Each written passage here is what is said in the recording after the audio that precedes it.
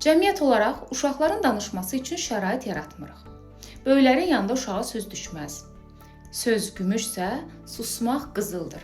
İllərlə eşitdiyimiz bu ifadələr uşaqların iç səsini boğur, onların özünü ifadə etmə gücünü azaldır. Uşağın danışıq bacarığı təkcə məktəbdə formalaşmır.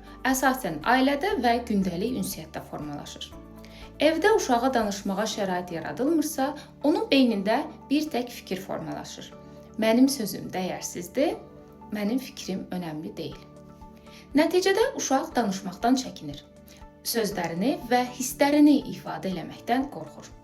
Danışmaq yalnız nitq deyil, uşağın daxili dünyasını açması, öz şəxsiyyətini kəşf etməsi və özgüvən qazanması deməkdir. Bugün və gələcəkdə özünü rahat ifadə edə bilməsi və müdafiə edə bilməsi üçün bugün ona danışmaq üçün şərait yaradın. Övladınızı dinləyin və onun dediklərinə dəyər verin. Çünki bu dəyər onun hər tərəfli inkişafı üçün verə biləcəyiniz ən böyük töhfədir.